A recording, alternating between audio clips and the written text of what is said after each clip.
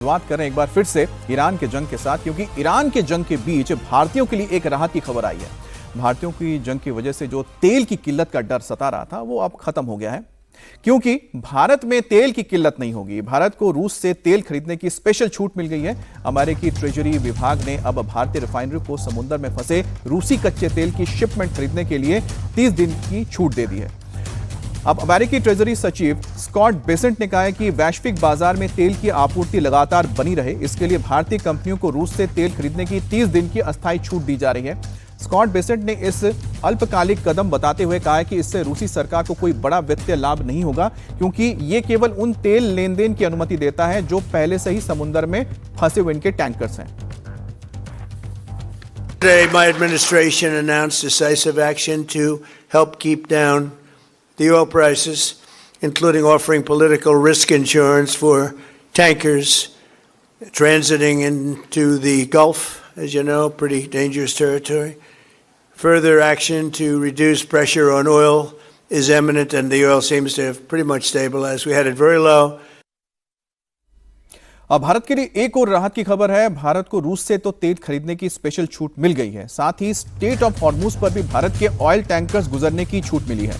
अब state of Hormuz को लेकर ईरान ने बड़ा बयान दिया। ईरान के इस्लामिक रिवोल्यूशनरी गार्ड कोर ने कहा है कि उसने हॉर्मुज स्टेट को सिर्फ अमेरिका, इजरायल, यूरोप और उनके पश्चिमी सहयोगियों के लिए बंद किया है और उन देशों के ऑयल टैंकर्स को निशाना बनाएगा। इससे पहले ईरान ने सिर्फ चीन को स्टेट ऑफ हॉर्मुज से गुजरने की इजाजत दी थी, लेकिन अब भारत और बाकी देशों के ऑयल टैंकर्स को भी यहां से गुजरने की अनुमति दे दी गई है। इससे भारत को बड़ी राहत मिली है, क्योंकि स्टेट ऑफ हॉर्मुज के रास्ते रोजाना लगभग 26 लाख बैरल कच्चा तेल भारत आयाता है। अब स्टेट ऑफ हॉर्मुज बंद होने पर नेता प्रतिपक्ष राहुल गांधी ने मोदी सरकार को घेरा था और कहा था कि इससे भारत में एलपीजी और एलएनजी की किल्लत हो जाएगी, क्योंकि इंडिया के कच्चे तेल का 40% हिस्सा इसी रूट से आता है। लेकिन अब ईरान ने साफ कर दिया कि स्टेट ऑफ हॉर्मुज को भारत के लिए बंद नहीं किया गया है, यह सिर्फ अमेरिका, इजरायल और यूरोपीय देशों के लिए बंद है। यानी भारत में अब तेल की किल्लत नहीं होने वाली है।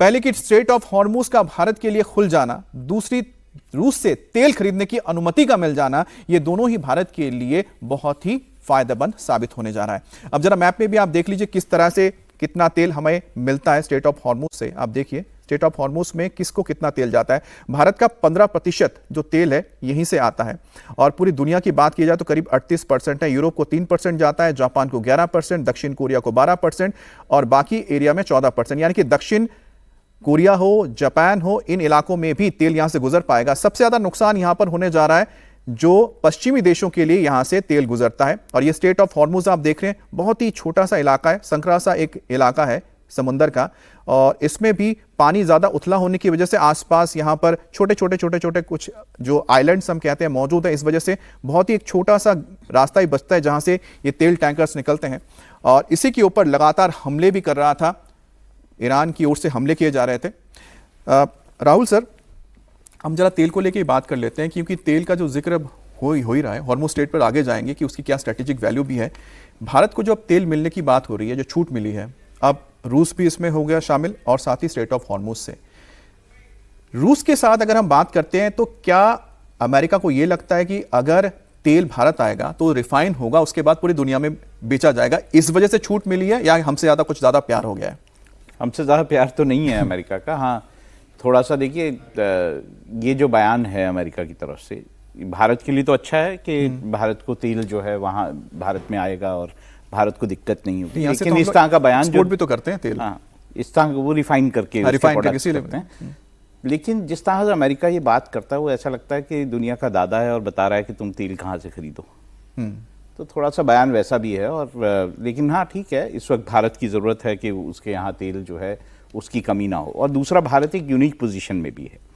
देखिए, बहुत सारी कंट्रीज़ ऐसी हैं जिसमें ऑयल और गैस जो है वो पाइपलाइन के ज़रिए आता है विदेश देशों से, जैसे रशिया से यूरोप में जाता है, बाकी सब जगह होता है।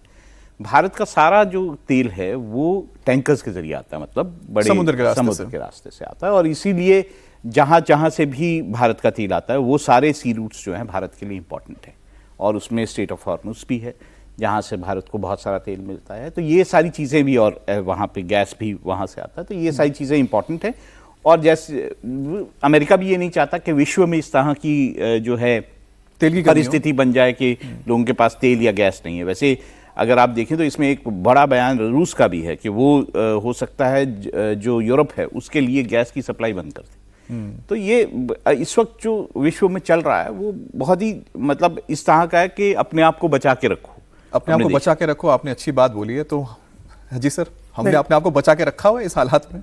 नहीं, क्योंकि हमने तो एक ऐसी पोजीशन ली, मतलब मिडिल ऑफ द रोड वाली पोजीशन ली, जो बहुत मुश्किल होता है लेना। बहुत मुश्किल था, और इसमें उसके लिए हमको मतलब हम लोग को आलोचना भी भारत को झेलनी पड़ी है, और वो कई बार डिप्लोमेसी के लिहाज से ठीक नहीं होता है कि आप कोई ना कोई एक पक्ष चुनना होता है। हम लोगों ने नहीं चुना, तो खैर अब सबके लिए या यूं कहें कि हमने शांति का पक्ष चुना।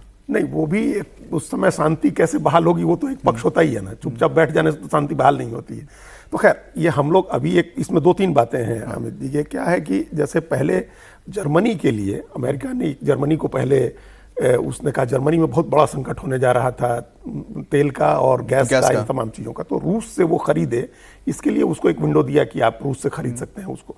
वहाँ रोजनेफ्ट और जो दूसरी एक बड़ी कंपनी है उस पर अमेरिका ने पाबंदी लगा रखी है, तो इसलिए तेल खरीदने में मुश्किल आई रही थी।